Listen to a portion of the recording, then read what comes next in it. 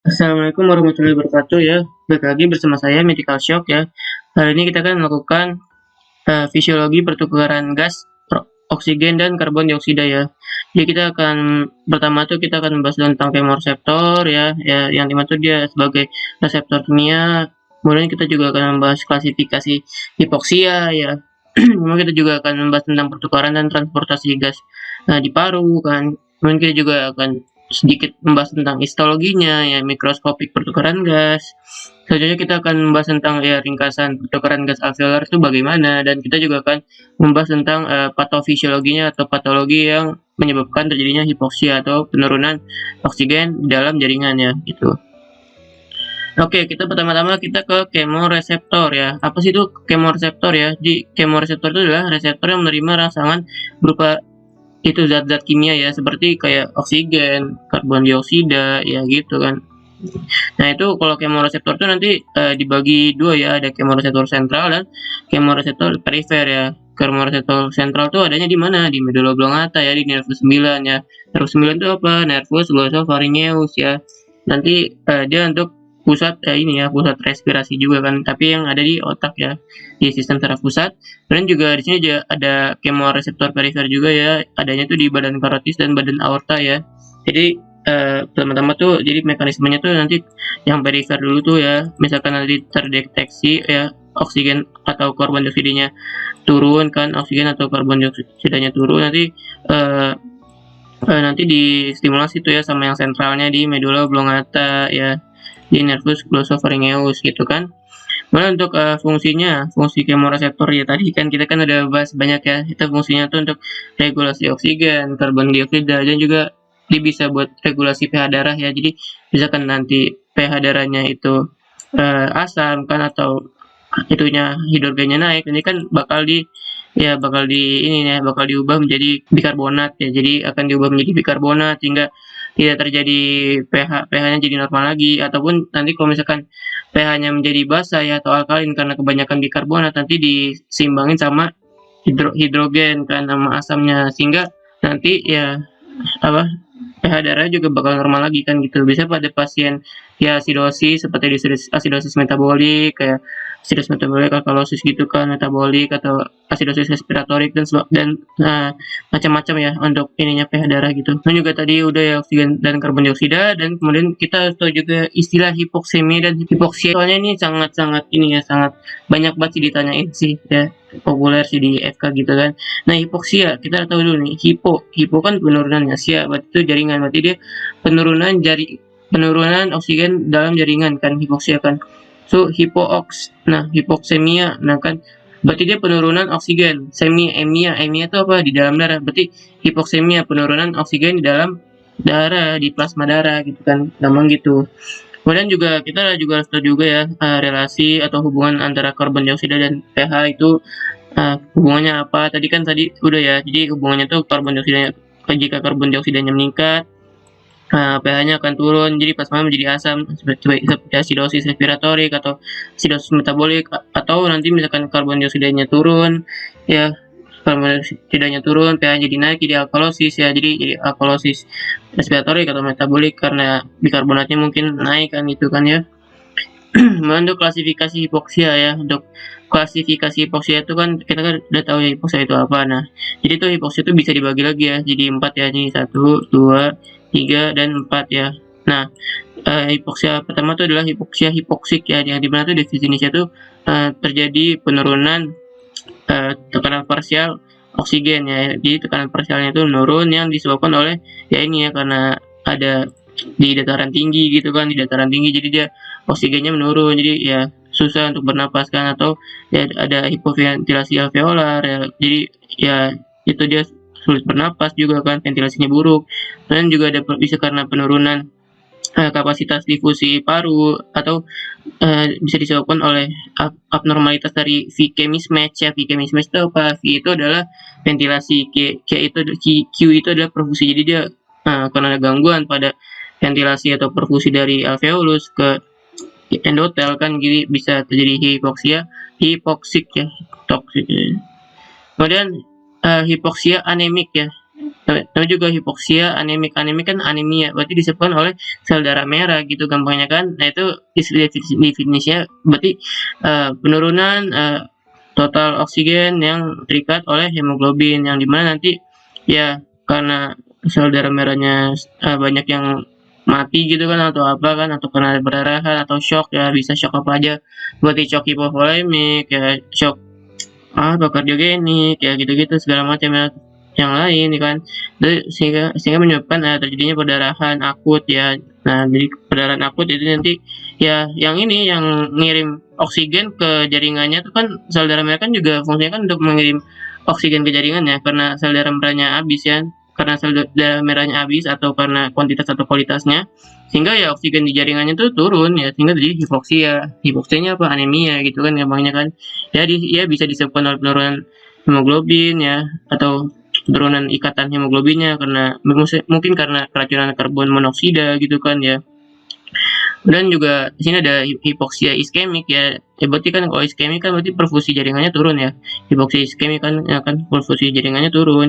Yang dimana tuh disebabkan oleh gagal jantung ya. Gagal jantung kan pakai mekanisme Frank Starling gitu kan, preload afterload ya gitu. Jadi perfusi jaringannya jadi karena hipertrofi ventrikal kiri kan ya, karena hipertrofi ventrikal kiri jadi jantungnya tuh susah mompa, jadi nggak nyampe tuh ya mompa jantung ke seluruh tubuh, sehingga terjadi hipoksia iskemik kan, perfusi jaringannya turun.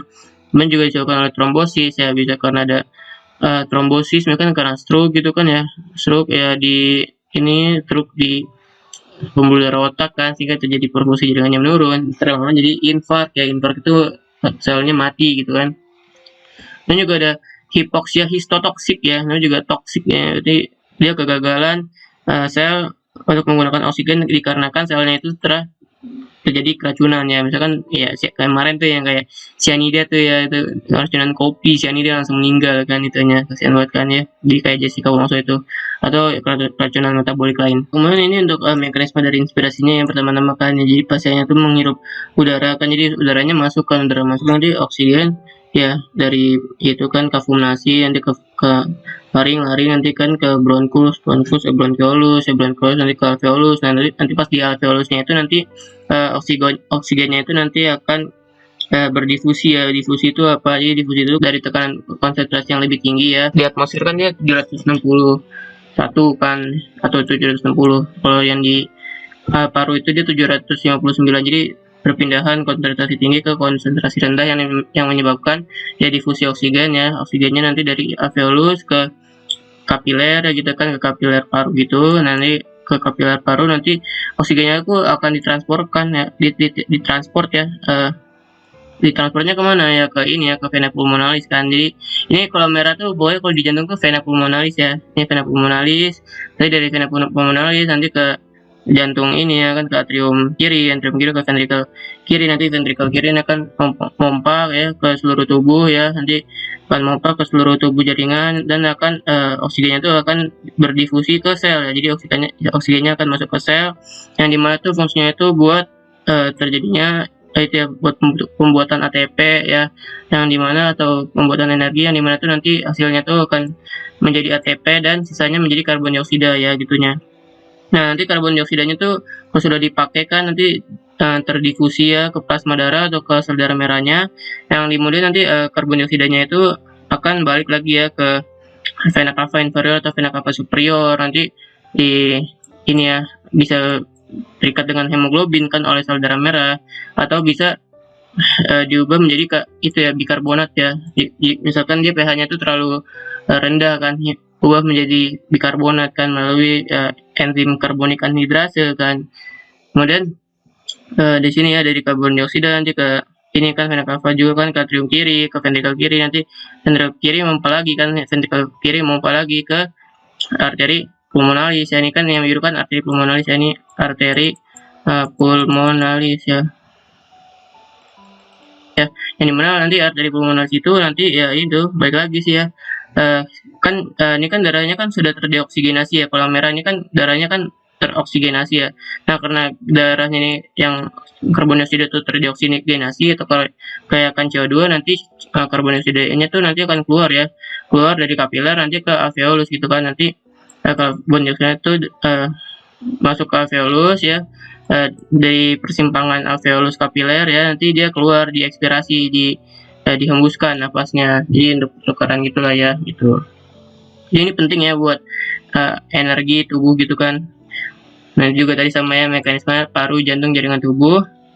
Nah untuk difusi juga tadi kan perpindahan molekul dari konsentrasi tinggi ke konsentrasi rendah ya tadi ya, dari tekanan atmosfer yang 760 kan, dan tekanan parunya tuh jadi sebelumnya tuh 759 kan, dia mengembang gitu kan, kemudian dia masuk, kemudian dia keluar gitu kan. Kemudian untuk mikroskopi pertukaran gas ya, untuk mikroskopi pertukaran gas itu, nah ini kan dari alveolusnya kan kita kan tahu ini kan paru, ini kan bronchiolus, ini paru kan.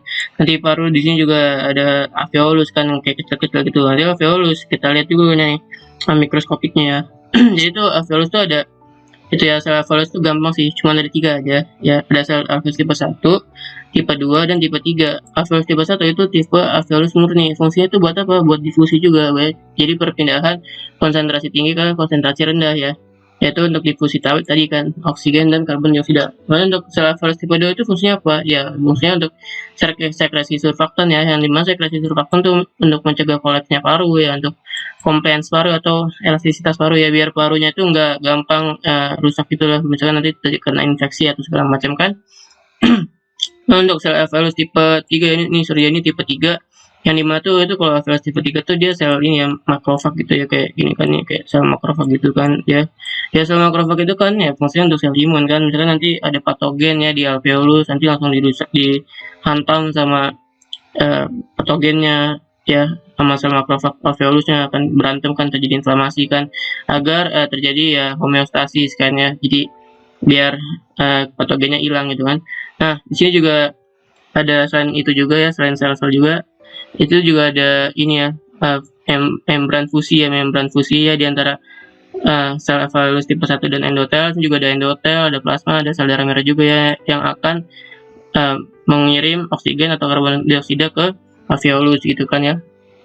Nah ini untuk intinya ya, pertukaran gas alveolar itu ya dibagi menjadi 3 ya, ada oksigen mencapai alveolus ya, dipengaruhi oleh oksigen mencapai alveolus, kemudian juga difusi gas ya antara alveolus dan pembuluh darah, dan perfusi alveolusnya yang adekuat. Kemudian untuk oksigen mencapai alveolus itu dia tuh dibagi 2 lagi ya, karena ada komposisi udara inspirasi dan ventilasi alveolar. Nah ventilasi alveolar itu ya disebabkan oleh apa? Ya disebabkan oleh tingkat dan kedalaman pernapasannya. Jadi dia di pernapasannya dan resistensi saluran pernapasan, apakah dia terdapat resistensi ya pada paru, penyakit paru obstruktif atau restriktif. Kemudian juga compliance paru kan, compliance paru ya misalkan ya dia kempisnya paru kan ya, gampangnya. Kemudian difusi gas ya antara alveolus dan pembuluh darah kapiler juga tuh disebabkan ya ada 2 ya, ada area permukaan sama jarak difusinya, apakah jarak difusinya terganggu apa tidak. Nanti jarak difusi juga dibagi 2 lagi ya, ada ketebalan barir dan jumlah cairan yang ada di pulmo ya, atau di parunya. Kemudian juga kita juga tadi ya, perfusi alveolnya tuh adekuat apa enggak, apakah ventilasi sama perfusinya terganggu apa tidak ya, VK mismatch-nya gitu. Ya tadi juga sama ya, compliance paru itu daya pengembangan paru ya, bergantung pada elastisitas jaringan paru. Yang ngebantunya itu adalah sel pneumosit tipe 2 tadi ya, yang surfaktan ya. Nih sel pneumosit tipe 2 ya, sekresi surfaktan.